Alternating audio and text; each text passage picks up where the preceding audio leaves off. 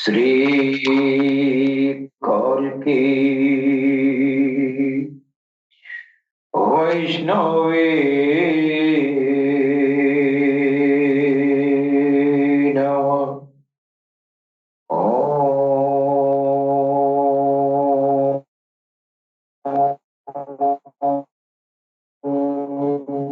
श्री कौल की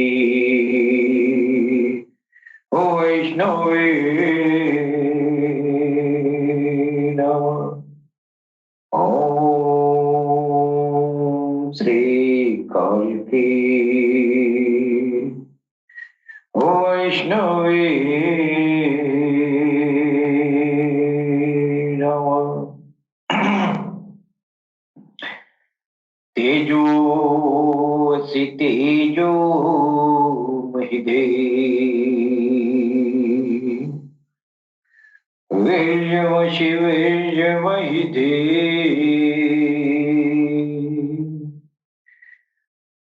बलमसि बलं महिधे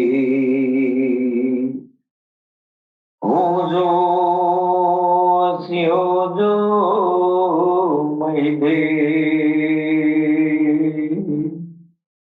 पश्येमुषरदा शतम् जीवेमुषरदा शतम् शृणुयामुषरदा शतम् प्रब्रुवामुषरदा शतम् अदिनाहस्यामुषरदा शतम् भूयश्च शरदा शतम्। ॐ शं नो मित्र संवरुणः शं नो भवत्वर्यमा शं नो इन्द्रो बृहस्पतिः शं नो विष्णुरुक्रमः।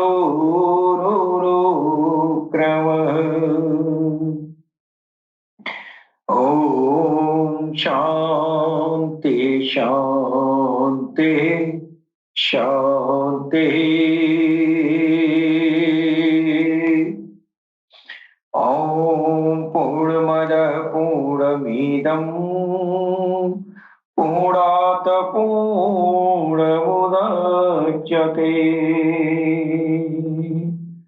पूर्णस्य पूर्णमादाय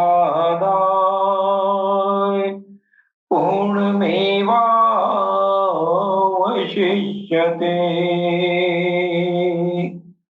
ॐ शान्ति शान्ति शान्ति। वक्रतुंड महाकाय सूर्यकोटि संप्रभ निर्विघ्नं कुरु मे देवं सर्वकार्येषु सर्वदा। ॐ गंगणपतये नमः। ॐ गंगणपतये नमः। ॐ गंगणपतये नमः। सर्वप्रथम हम अपने भगवान सद्गुरु सैयदी यूनुसल गौहर की चरण कमलों में भगवान श्री राम की धरती से मैं कोटि कोटि नमन करता हूं। तत्पश्चात हमारे जो भी भाई बंधु पूरी दुनिया में सर्वधर्म संभाव की भावना से ओतप्रोत इंसानियत के दिलों तक भगवान के नाम का प्रेम संदेश पहुंचाने वाले जो भी मेरे भाई बहन हैं, उन सबको भी मैं सर नवाकर प्रणाम करता हूं। मित्रों, हम ऑल इंडिया हावर प्रोग्राम के जरिए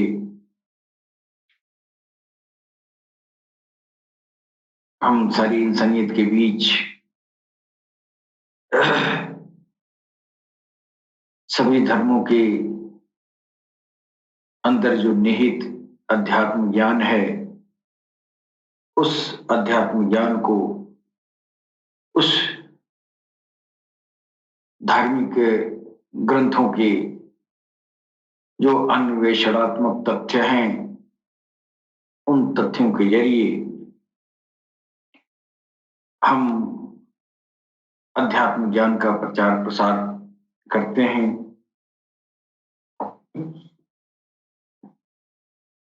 जैसा कि भगवान कल की अवतार सरकार गोहरशाही जी महाराज ने फरमाया है, सारी इंसानियत अपने अपने दीन और धर्म में रहते हुए भगवान के नाम पर इकट्ठा हो सकती है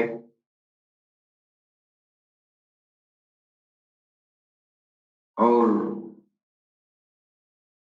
हम सबके दिलों में भगवान का प्रेम उत्पन्न हो सकता है।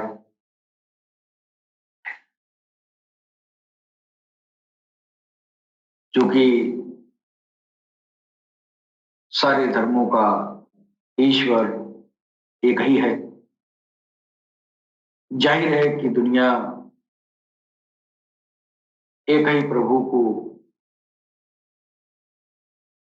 अपने अपने दीन धर्म के अनुसार, अपने अपने भाषाओं के अनुसार हजारों नाम दिए हैं, लेकिन वास्तविकता ये है कि वो ईश्वर एक ही है। और जो भी धर्म इस धरती पर आए हैं, चाहे वो सनातन हो या इस्लाम हो, वास्तव में सारे धर्म एकेश्वरवाद का ही पालन करते हैं। जैसा कि सनातन धर्म के लिए गैर सनातनी जो आम जनमानस है, वो यही कहती है कि सनातन धर्म के लोग बहुदेववादी, मुशरिक और मुनाफिक का काफिर होते हैं। अक्सरियत कहती है, सारे लोग तो नहीं, लेकिन अक्सरियत गैर सनातनी जो लोग हैं, इस तरह की बात लोग समझ बैठते हैं। लेकिन असलियत, वास्तविकता यह है कि सारे धर्मों में एक ईश्वरवाद है। धर्म का एक माना भी एक ईश्वरवाद ही है। एक ईश्वर की तारीफ, एक ईश्वर की तरफ जाना, एक ईश्वर के लिए जो है अध्यात्म को एडॉप्ट करना, रूहानियत को एडॉप्ट करना, ये तो सारे धर्मों में है। और कोई ऐसा धर्म नहीं है धरती पर जो एक उस ईश्वर के सत्ता के आगे कोई अपनी सत्ता बताए। अगर कोई समझता है तो उसकी अपनी विवेक की बात है। वास्तव में सनातन जो धर्म है, धर्म वास्तव में एक ही है और वो सनातन है। इसके अलावा जो भी दीन है, जिनको धर्म समझा जाता है, वास्तव में वो धर्म नहीं है। धर्म एक सनातन संस्कृति का एक टर्मिनोलॉजी है।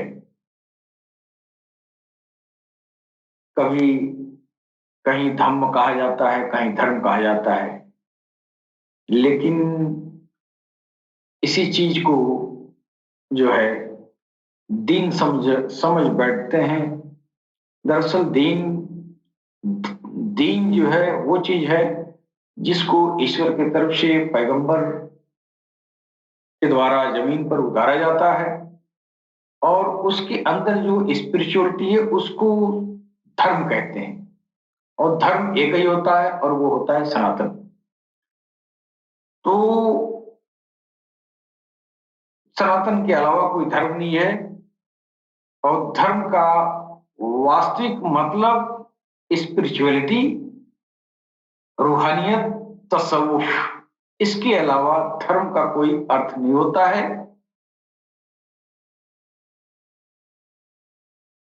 स्पिरिचुअलिटी, रूहानियत, तसव्वुफ, अध्यात्म, ये सब एक ही वस्तु का नाम है, और वो वस्तु है धर्म। धर्म क्या है? एक ऐसा नियम कानून जिस नियम कानून पर चलकर आत्मा को परमात्मा तक आत्मा को परमात्मा में विलीन कराया जाता है, प्रवेश कराया जाता है, और इंसान इंसान से चल के भगवान तक पहुंच जाता है। ये प्रक्रिया, ये क्रियाकर्म, ये जो तौर तरीका है, ये जो रास्ता है, उसको अध्यात्म या रूहानियत या तसव्वुफ कहा जाता है। अलग अलग भाषाओं में, अलग अलग दीन और धर्म में अलग अलग नाम है। हमारी सनातन संस्कृति में सबसे, सनातन साहित्य में सबसे सारी से सारे साहित्य अच्छे हैं, परंतु जो सनातन में भगवत गीता का जो ग्रंथ है, ये ग्रंथ जो है ये पूर्णतया तसव्वुफ पर मबनी है, पूर्णतया तसव्वुफ है। और दरअसल तसव्वुफ जो होता है ये बिना कुशल गुरु के या एडॉप्ट नहीं किया जा सकता है। इसीलिए आमतौर से जो है भगवत गीता का तरजीह खुद सनातन धर्म के लोग नहीं दे पाते हैं, इसलिए कि ये कोई ऐसा पारंगत गुरु जो है जो ब्रह्म में समाहित है, ऐसा पुरुष मिलना थोड़ा मुश्किल होता है। इसीलिए इस भगवत गीता का जो गुह्यतम ज्ञान है, इस ज्ञान को आम नहीं हो पाया। दरअसल भगवत गीता वो वही ज्ञान है जो मोहम्मद रसूलुल्लाह का तसव्वुफ है। गीता वही ज्ञान है जो हजरत आदम से लेके मोहम्मद रसूलुल्लाह तक, और यहाँ तक कि आखिरी आने वाली हस्ती इमाम मेहदी अलैहिस्सलाम, काल की अवतार खेल समाबीन मैत्रेय बुद्धा तीर्थंकर, जो आखिरी में आने वाले पेशवा हैं, उनका भी जो है इसी गीता की सत्य धारा को लेके वहां से आगे बढ़ा रहे हैं। और नियम कानून, वेशभूषा, कार्य क्षेत्र और भूमंडलीय परिवर्तन अलग अलग हो सकते हैं, लेकिन भगवान तक पहुंचने वाला जो ज्ञान है वो मूल जो है एक ही है।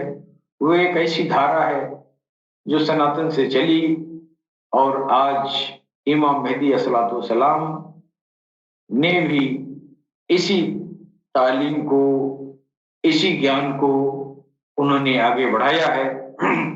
और आज की तारीख में हर आम खास के लिए, हर इंसानियत के लिए यह अध्यात्म ज्ञान, यह भगवत गीता का गुह्यतम ज्ञान, ये भगवत गीता का ये जो है अत्यंत छुपा हुआ रहस्य, सरकार गौहर शाही ने सारी आम इंसानियत के लिए, हर धर्म के लिए उन्होंने इसको जो है बहुत ही आसान तरीके से जमाने के सामने रखा। दरअसल ये गुह्यतम ज्ञान किताबों में तो मौजूद है, लेकिन आम जनमानस तक इसको आसान भाषा में, आम जनमानस की भाषा में इसको पहुंचाना थोड़ा जटिल काम था। इसलिए जटिल काम था कि ये जो गीता के रहस्य हैं, बिना किसी पारंगत गुरु के देख रेख में यह बात किसी के समझ में आएगा ही नहीं। यही बात है कि भाषा को पढ़ लेना, भाषा का ज्ञान रखना अलग बात है, लेकिन इस भाषा में छुपे हुए रहस्यों का जानना अलग बात है।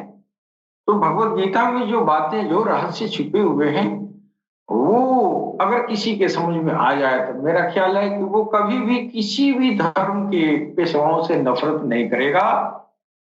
और कोई मुसलमान भाई भी अगर मोहम्मद रसूलुल्लाह की तसव्वुफ को जानता है तो वो कभी भी गीता को पढ़ के उसकी अवहेलना नहीं करेगा। दरअसल ये ये किताब अध्यात्म का सबसे पहला, यह जो है वो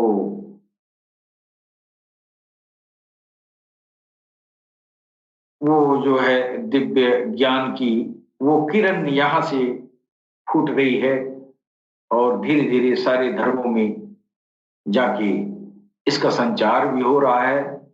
और आखिरी में भी जो दिन आया, उस दिन में भी उसका बेस जो मोहम्मद रसूलुल्लाह पैगंबर इस्लाम सल्लल्लाहु अलैहि वसल्लम ने जो फरमाया, वो वही बेस है।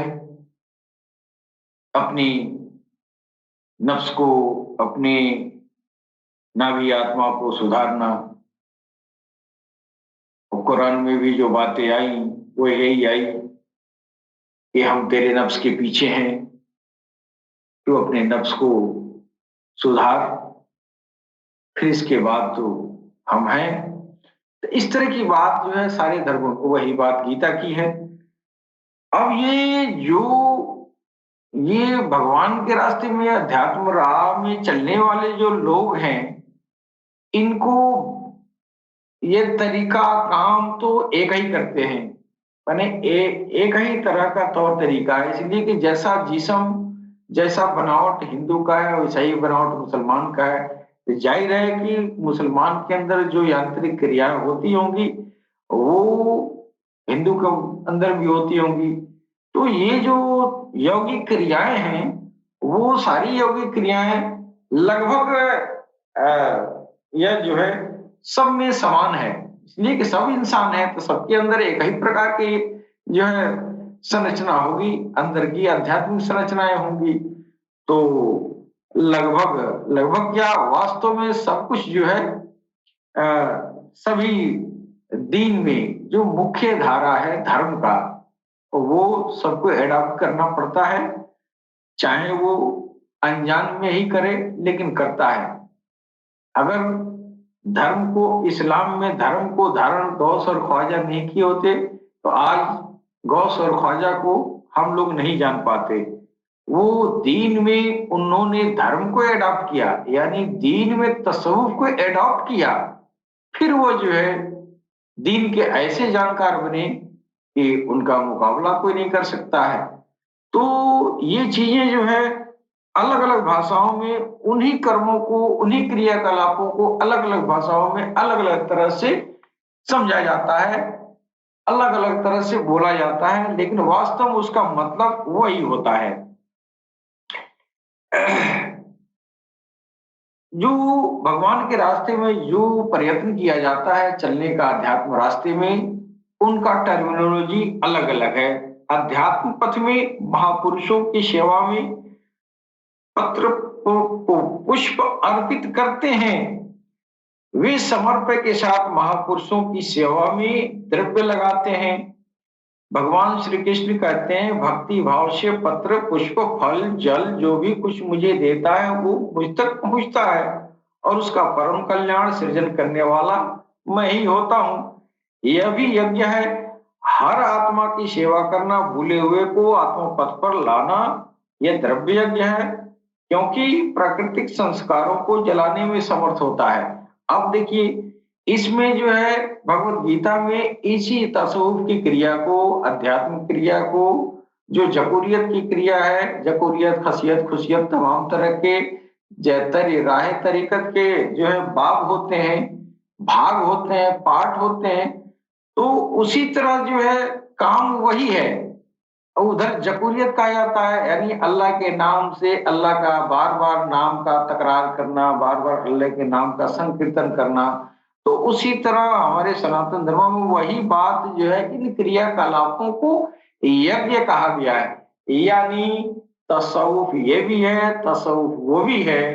इसलिए कि उधर अल्लाह का नाम का जाप किया जा रहा है और इधर भगवान के नाम का जाप किया जा रहा है, बात तो कही है। और इन सब क्रियाओं को राह तरीकत उधर कहा गया और इन्हीं सब क्रियाओं को इधर जो है यज्ञ क्रिया कहा गया। लेकिन बदलाव उधर भी हुआ, उधर भी बदलाव हुआ, उधर भी लोग अर्थ का अनर्थ किए और इधर भी अर्थ का अनर्थ किया गया।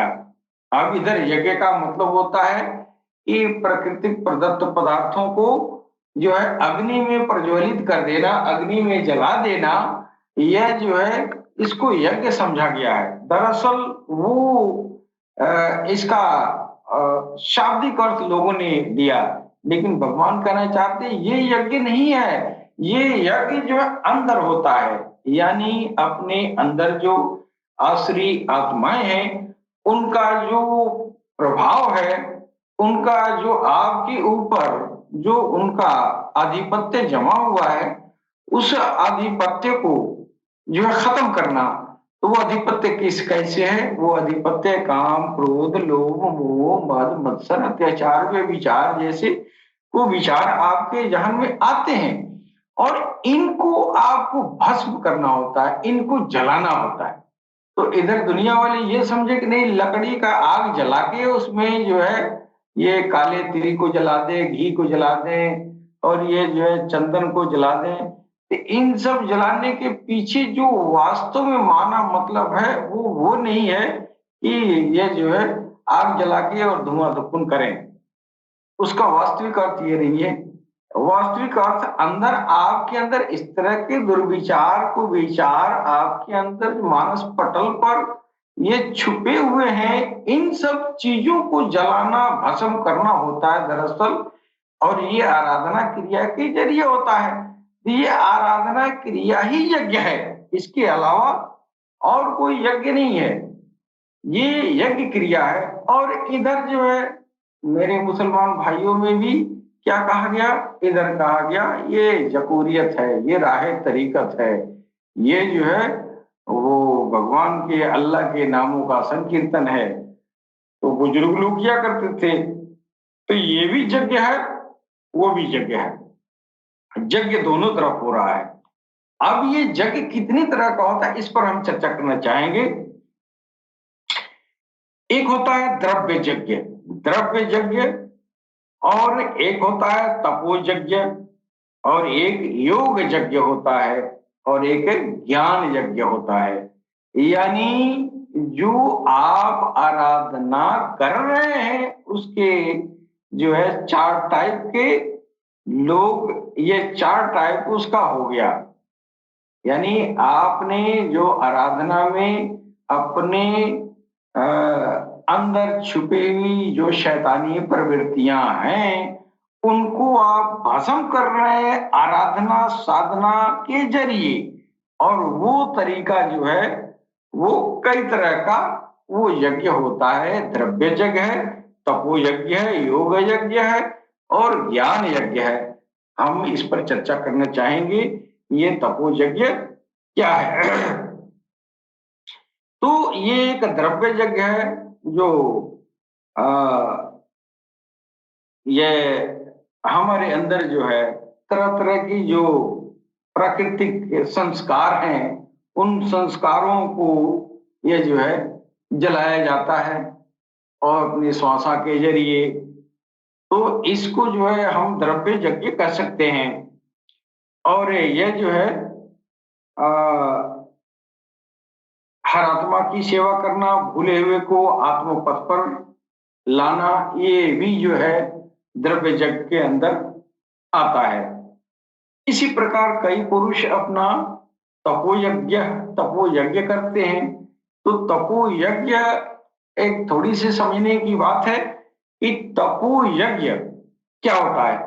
स्वधर्म पालन में इंद्रियों को तपाते हैं, अर्थात स्वभाव से उत्पन्न क्षमता के अनुसार यज्ञ की निम्न और उन्नत अवस्थानों के बीच तपते हैं।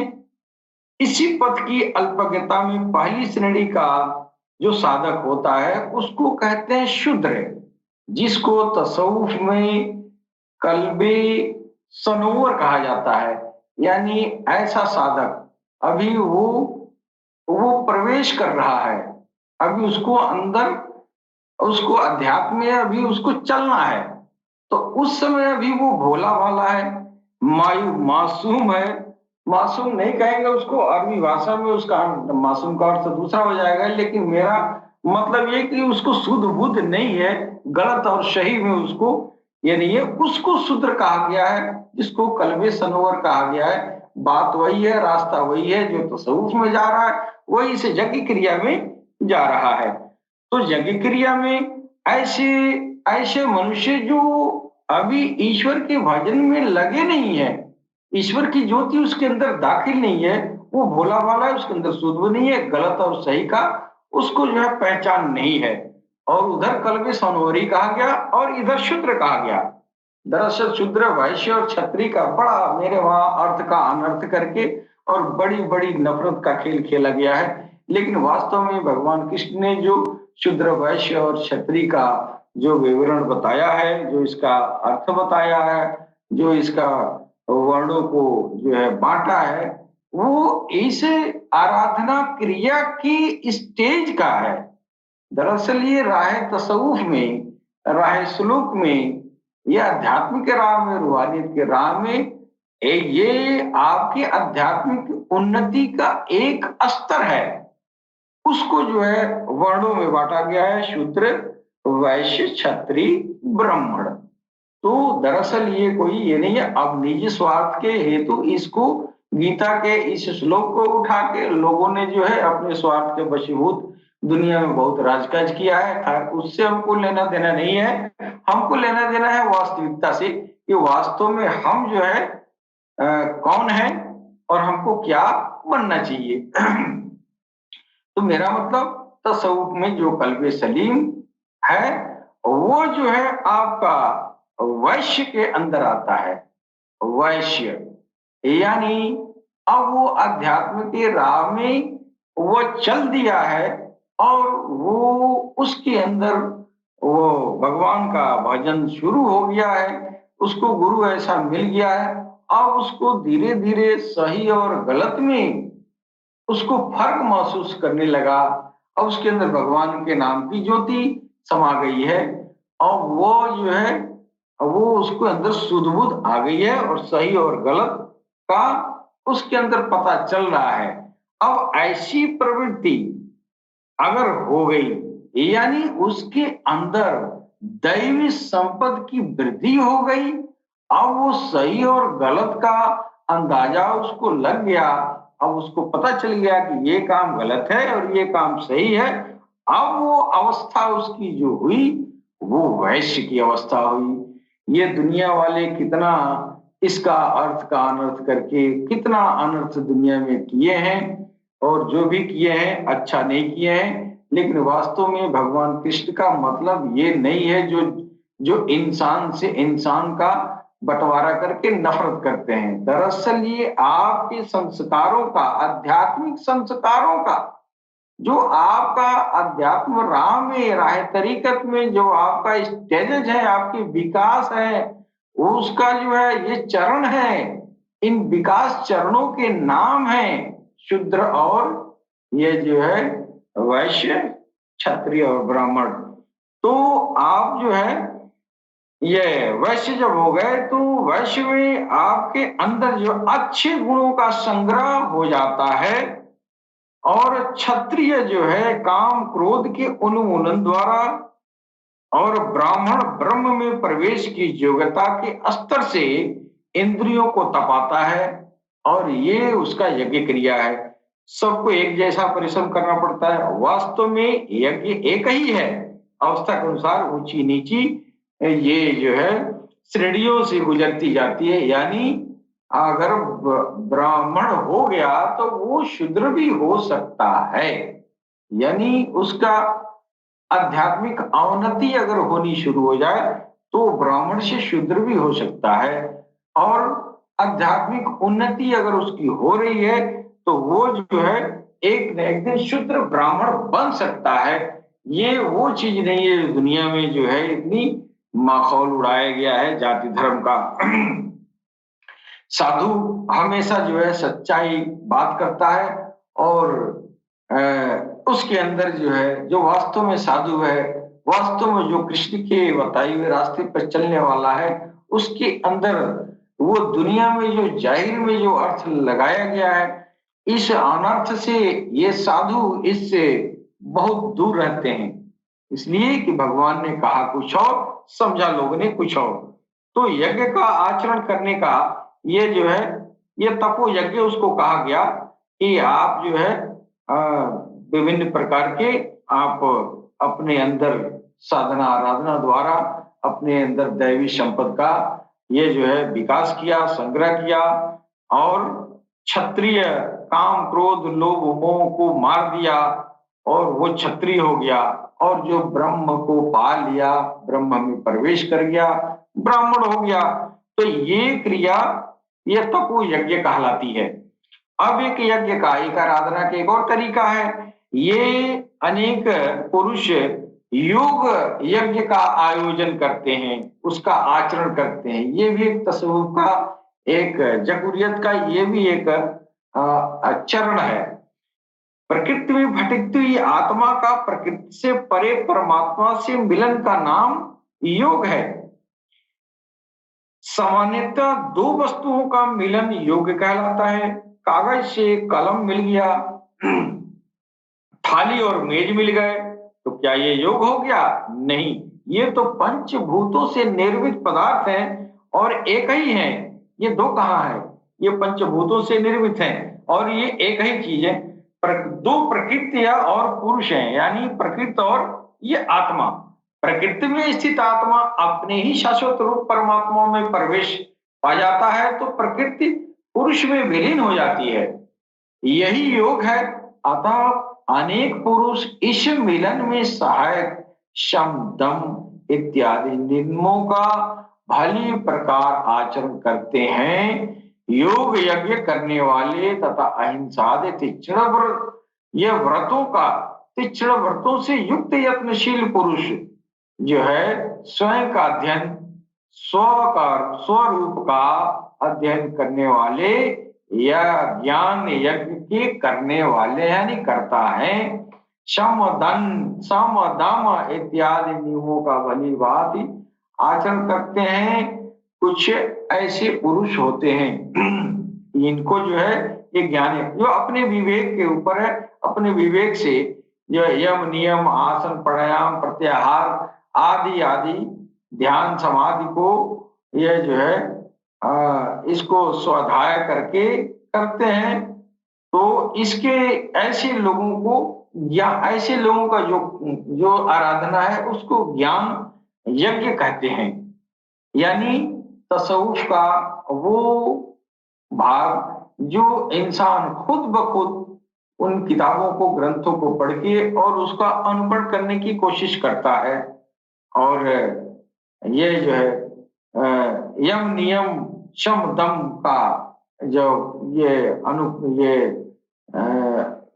इंद्रिय निग्रह कर लेता है तो ऐसे कार्य को ज्ञान यज्ञ कहा गया है। बहुत से योगी अपान वायु में प्राणवायु का हवन करते हैं और उसी प्रकार प्राणवायु में अपान वायु का हवन करते हैं। यह भी यज्ञ है। इसमें सूक्ष्म अवस्था हो जाने पर अन्य योगी जन प्राण और आपान दोनों को रोक देते हैं, यानी श्वासों को रोक देते हैं। श्वासों को रोककर प्राणायाम परायण हो जाते हैं, जिससे भगवान कृष्ण जो है प्राण आपान कहते हैं, उसी को महात्मा बुद्ध ने आनापान कहा है। इसी को उन्होंने श्वास प्रश्वास भी कहा है। प्राण वह श्वास है जिसे आप भीतर खींचते हैं, और श्वसन ये आपान वह श्वास है जिसे आप बाहर छोड़ते हैं। योगियों की अनुभूति है कि आप श्वास के साथ बाह्य वायुमंडल के संकल्प भी ग्रहण करते हैं, और श्वास में और प्रश्वास में इसी प्रकार आंतरिक भले बुरे चिंतन की लहर भी फेंकते हैं। बाह्य किसी भी संकल्प का ग्रहण न करना प्राण का हवन है। बाहरी किसी भी संकल्प का ग्रहण न करना ये प्राण का हवन है। यानी कुछ लोग श्वासा को रोक देते हैं और वायुमंडल में जो फैली हुई नेगेटिविटी है, नेगेटिव एनर्जी है, उसको श्वासों द्वारा ग्रहण भी करना बनकर सांस रोक देते हैं, इसलिए अंदर नहीं आता है। अब उसको जो है वो प्राण का ये हवन कहते हैं। यानी किसी भी संकल्प का ग्रहण न करना ये जो है प्राण का हवन है। तथा भीतर भी आपके अंदर तमाम तरह के संकल्प जो है होते हैं, और ये भी उठता है दिल से, ये आपके अंदर से उठता है, फिर वो बाहर वायुमंडल में छोड़ा जाता है। तो जो योगी जन होते हैं ये जो है ये प्राण और आपान दोनों को रोक देते हैं, ताकि इधर की एनर्जी उधर न जाए, इधर की नेगेटिव एनर्जी उधर न जाए, उधर की नेगेटिव एनर्जी अंदर न जाए। तो भीतर को संकल्पों को न उठने देना अपान का हवन है। न भीतर से किसी संकल्प का स्फुरण हो, और न ही बाहर बाह्य दुनिया का जो है दुनिया में चलने वाला चिंतन अंदर की क्षोभ उत्पन्न कर पाए। इस प्रकार प्राण और आपान दोनों की गति सम हो जाने पर प्राणों का याम अर्थात निरोध हो जाता है। यही प्राणायाम है। मन की विजेता अवस्था है। प्राणों का रुकना और मन का रुकना एक ही बात है। अब यहाँ पर जो है जब प्राण को इसको जो है आपान और ये प्राणवायु अपान वायु को रोकने वाले जो है, जब ये सांस का आना जाना रुक जाता है श्वासों का, तो वहां मन भी ठहरता है। इसलिए योगी जो है इस चंचल चित्त को शांत करने के लिए इस योग का इस्तेमाल, इस योग का प्रयोग करने का गुरुजन लोग बताते आए हैं कि तू पहले अपने अंदर जो तेरे अंदर जो नेगेटिविटी है और वो बाहर जो नेगेटिविटी है, इसका अंदर से बाहर इसका आवागमन न होने पाए, इसको रोक दे। इसलिए श्वासों को रोक के, और ये प्रयास किया जाता रहा है कि श्वास रुकेगा तो फिर मन भी रुकेगा, मन की चंचलता रुकेगी, और जब मन पर नियंत्रण होगा फिर आपका आश्रित आत्मा जो है आपका जो है संतुष्ट होगी। फिर जो है आपके यज्ञ का परिणाम निकल गया। क्या निकल गया? आपके अंदर आपकी आत्मा संतुष्ट हो गई, और आपकी और भी आध्यात्मिक उन्नति होती गई। एक न एक दिन आप प्राणायाम परायण होके आप जो है उस अपनी आत्मा को परमात्मा में प्रवेश करा सकते हैं। और आराधना के तमाम सारे जो है आराधना के तमाम सारे ये सिस्टम है, उसको जो है हम कहना चाहेंगे कि हमारे वेदों में आया है, यज्ञ कर्म 4 श्रेणियों में बांटा गया है। चत्वारि वाक परिमिता पदानि तानि विदुर ब्राह्मणा ये मनीषिणः गुहा त्रिनिहिता नेंगयन्ते तुरीयम वाचो।